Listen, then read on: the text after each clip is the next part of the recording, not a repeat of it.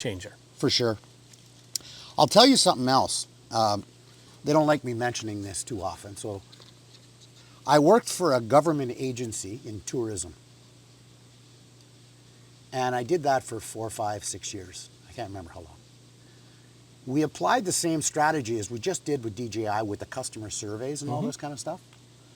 The difference there was instead of doing 50 surveys of best customers, the lodges themselves in this province gave me their best customers, 10 of their best customers, and there was 160 lodges. Now, not all of them gave me all their best customers. Some of them gave me 1 or 2. Ended up being I surveyed 400 hunt fish enthusiasts, asking them preferences for media and what shows they went to, what they liked about their lodge, what they disliked, things they'd like their lodge to do better. And then we tabulated that. So 400 surveys of multimillionaires across the US Midwest and some in Texas, anywhere that was in that, what do you call it, central time zone. That's their clientele because they're in the central time zone. Kind of giving away what province it is, but whatever. So the result, I knocked off the radical top and the radical bottom, which, you know, doesn't do anybody any good. You want the meaty part of the curve. I caught the middle and documented the middle and then wrote a marketing plan on the middle and then wrote the show, the media plan and how much money we're going to need and got the budget and then got the participation from the lodges. Of course they're going to buy in. They just gave me their top 10 customers. Whatever those top 10 said is the right answer, right? Yep. Now multiply that by 400, you've got the right answer. They don't even do that, well, they may, for a census in Canada. I think they do 1,000. Yeah. For the 40 million people that live here, or however many, 33, 40, however, I don't even know. So me doing 400 surveys of these tourism operators, their clients, got me the right answer, I would say, 10 times out of 10. Now we bring this to market. What do? We create a show strategy. I call the All Canada shows, which is the biggest US Midwest show. And I say, I want to sponsor this show. All 9 locations or 8 locations, whatever, however many locations. And they say, oh, that's great. I said, but I'm not giving you no money. This is what I'll do. I will buy the advertising, all the billboards, all the TV, all the radio, everything to promote the show, the fact that this province is going to be there, and our operators have paid in to this process. So we've got a partnership. We added about $300,000-$400,000 extra to the budget. Now, this province had about 10 times smaller budget than, say, Ontario or Quebec. With that small of a number, we kicked everybody's ass. Why? I made a 22-foot northern pike blow-up fish, and we're at the back of the room. We're the main sponsor. I put people at the door handing out this province's brochures saying, this is the location of this lodge, and they are here, and this is the location, go and see them. Then I gave them $300 bill, which was that province's discount for hunting or fishing people that wanted to go there, and they were handed it at the door. They didn't have to do nothing. So they have this $300 discount, and they just go to any of these 10 operators, 15 operators that were at that show. Well, we did that in Minneapolis. We also held a great Canadian outdoor cook-off, but failed to invite any other province. So here's 3 or 4 of our operators cooking shore lunch on the 7 o'clock in the morning show in Minneapolis. Yeah. Okay?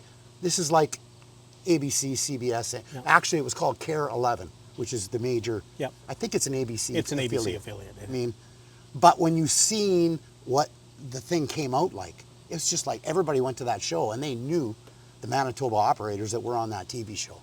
They went to the sports show in Minneapolis the day after, or the day of, I can't remember. And the people were asking the lodges at the show, are you a Manitoba lodge? And the Ontario guys were flipping out, right?